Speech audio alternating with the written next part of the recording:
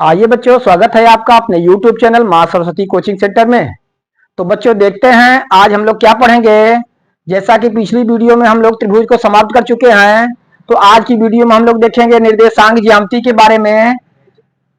तो निर्देशांक ज्यामिति के बारे में जो है देखने से पहले, जैसा कि आप जानते हैं कि कक्षा 9 में आप पढ़ चुके हैं, किसी भी बिंदु को किसी तल में स्थापित करने के लिए या किसी बिंदु को किसी भी तल में किसी बिंदु की स्थिति जानने के लिए हमें क्या आवश्यकता पड़ती है? हमें निर्देशांक अक्षों के एक युग्म की आवश्यकता पड़ती है। तो देखिए, किसी तल में किसी बिंदु को हम किस प्रकार से जो है निर्धारित करते हैं, तो उसे जानने के लिए हमें कार्तीय तल के बारे में जानना जरूरी है। तो देखिए कि जैसा कि आप लोग जानते हैं, किसी भी तल को जो है 4 भागों में विभाजित किया गया है। हम देखते हैं यहां पर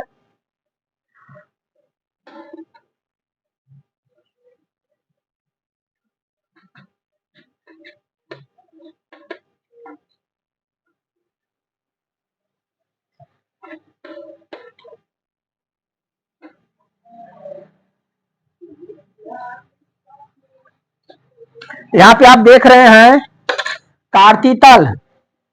यहाँ पे इस तल को जो है 4 भागों में विभाजित किया गया है। ये देखिए, एक ऊर्ध्वाधर रेखा है, ऊर्ध्वाधर रेखा, और एक क्षैतिज रेखा है। ये दोनों रेखाएं हम देख रहे हैं इस तल को जो है 4 भागों में विभाजित कर रहे हैं। इस जो है क्षैतिज रेखा को हम कहते हैं यक्ष अक्ष। क्या कहते हैं? यक्ष अक्ष। और ऊर्ध्वाधर रेखा को हम कहते हैं वाई अक्ष।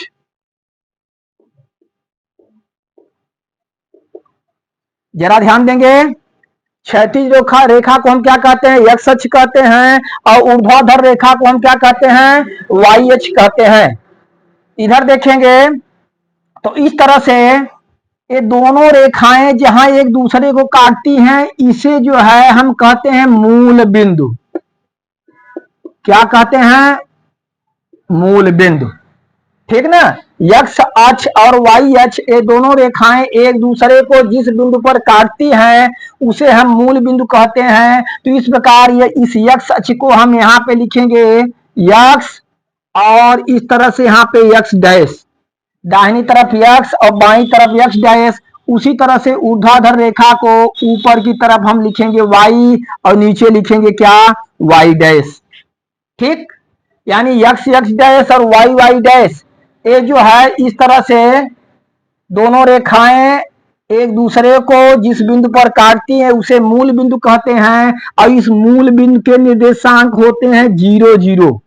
क्या होते हैं? 0 0। अर्थात यहाँ पे x का मान भी शून्य और y का मान भी शून्य। अर्थात हम देखते हैं किसी भी बिंदु को जो है किसी तल में हम जो है निर्धारित करने के लिए, स्थापित करने के लिए या दिखाने के लिए दो बिंदुओं x अक्ष और y अक्ष की आवश्यकता हमें पड़ती है। x अक्ष अर्थात उसे हम कहते हैं भुज, और y अक्ष को क्या कहते हैं? कोटि कहते हैं। तो आप देखेंगे यहाँ मूल बिंदु से जब हम क्षैतिज रेखा पे दाहिनी तरफ जाते हैं तो x का मान धनात्मक होता है, और बाईं तरफ जाते हैं तो x का मान ऋणात्मक होता है। उसी तरह से मूल बिंदु से जब हम ऊपर की तरफ जाते हैं तो y का मान धनात्मक होता है, और नीचे की तरफ जाते हैं तो y का मान ऋणात्मक होता है। तो सबसे पहले इस 4 तलों में हम इसे देखिए, ये पहला तल है हमारा प्रथम चतुर्थांश, ये द्वितीय चतुर्थांश, तृतीय चतुर्थांश और चतुर्थ चतुर्थांश। ठीक, पहला दूसरा तीसरा, यहां से हम शुरू करते हैं। पहला दूसरा तीसरा चौथा, इसे हम कहेंगे प्रथम चतुर्थांश।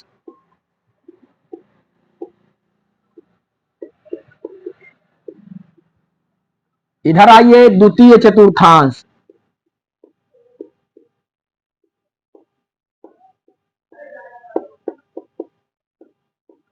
इस तरह से ही हमारा हुआ तृतीय चतुर्थांश।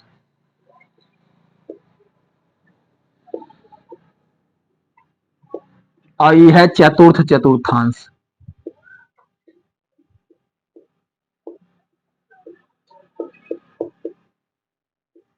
ठीक, तो हम देखें कि x अक्ष वाई अक्ष जो है इस तल को 4 जो है चतुर्थांशों में विभाजित किया।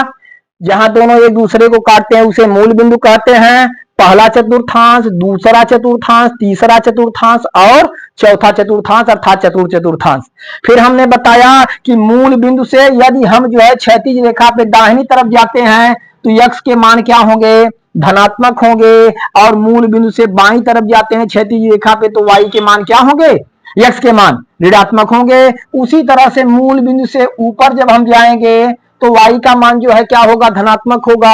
अब मूल बिंदु से नीचे की तरफ आएंगे तो y का मान क्या होगा, ऋणात्मक होगा। तो जैसा कि देखते हैं अगर प्रथम चतुर्थांश में हम किसी बिंदु की स्थिति को जो है निर्धारित करेंगे तो हम देखते हैं यहाँ पे दाहिनी तरफ हम जा रहे हैं, मूल बिंदु से दाहिनी तरफ, तो x का मान भी धनात्मक, और जो है ऊपर की दिशा में है तो y का मान भी क्या होगा, धनात्मक।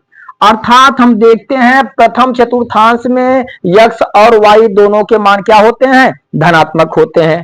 आगे चलेंगे आप द्वितीय चतुर्थांश में पहुंचेंगे। द्वितीय में हम ये देखिए x जो है ऋणात्मक होगा, बाईं तरफ हम जाएंगे तो x का मान ऋण, और y जो है ऊपर की तरफ हम जा रहे हैं तो y का मान धन होगा।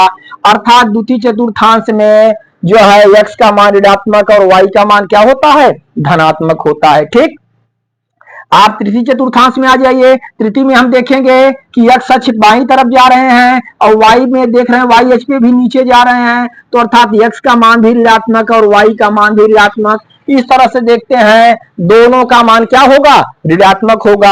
और आगे आएंगे चतुर्थ चतुर्थांश में तो इसमें हम देखते हैं x अक्ष पे दाहिनी तरफ गए तो x का मान धनात्मक, और y अक्ष पे नीचे की तरफ आए तो y का मान ऋणात्मक। तो इस तरह से हम देखते हैं चतुर्थ चतुर्थांश में x का मान धनात्मक और y का मान ऋणात्मक। ठीक, तो प्रथम चतुर्थांश में देखते हैं x और y दोनों के मान धनात्मक होते हैं। और ठीक अगर इसके विपरीत देखा जाए तो तृतीय में जो है x और y दोनों के ऋणात्मक होते हैं, और द्वितीय में क्या होता है, x का मान ऋणात्मक y का मान धनात्मक होता है, और जो है चतुर्थ में x का मान धनात्मक y का मान क्या होता है, ऋणात्मक होता है। ठीक, अच्छा, तो इस तरह से किसी भी बिंदु को हम जो है इस तल में हम स्थापित कर सकते हैं, या किसी भी बिंदु की स्थिति को जो है हम निर्धारित कर सकते हैं। ठीक, और इस चिन्ह की सहायता से हम यह भी जान सकते हैं कि कौन सा बिंदु किस चतुर्थांश में स्थित है। इससे हमें पता चलता है कि कौन सा बिंदु किस चतुर्थांश में है। और मूल बिंदु के निर्देशांक जैसा कि हम बता दिए क्या होता है, 0 0 होता है। मूल बिंदु के निर्देशांक क्या होता है, 0 0 होता है। तो इस तरह से आप लोग देखिए अगर आपको कोई भी बिंदु जो है कार्तीय तल में कहीं भी स्थापित करना हो, कहीं भी दर्शाना हो, तो उसे आप इस तरह से दर्शा सकते हैं। अब पहले आप x का मान जो है लिखेंगे, बाद में y का मान, यानी पहले x अक्ष पे जाएंगे फिर y अक्ष पे जाएंगे। और हम ये देखते हैं कि जैसा कि हम देखते हैं कि x अक्ष को x का जो मान रहता है x अक्ष, उसे हम भुज कहते हैं। क्या कहते हैं, भुज कहते हैं। क्या कहे, भुज कहे। ठीक ना, x अक्ष को क्या कहते हैं हम, x के निर्देशांक को, x के निर्देशांक को इस तरह से लिखिए, x के निर्देशांक को हम, x के निर्देशांक को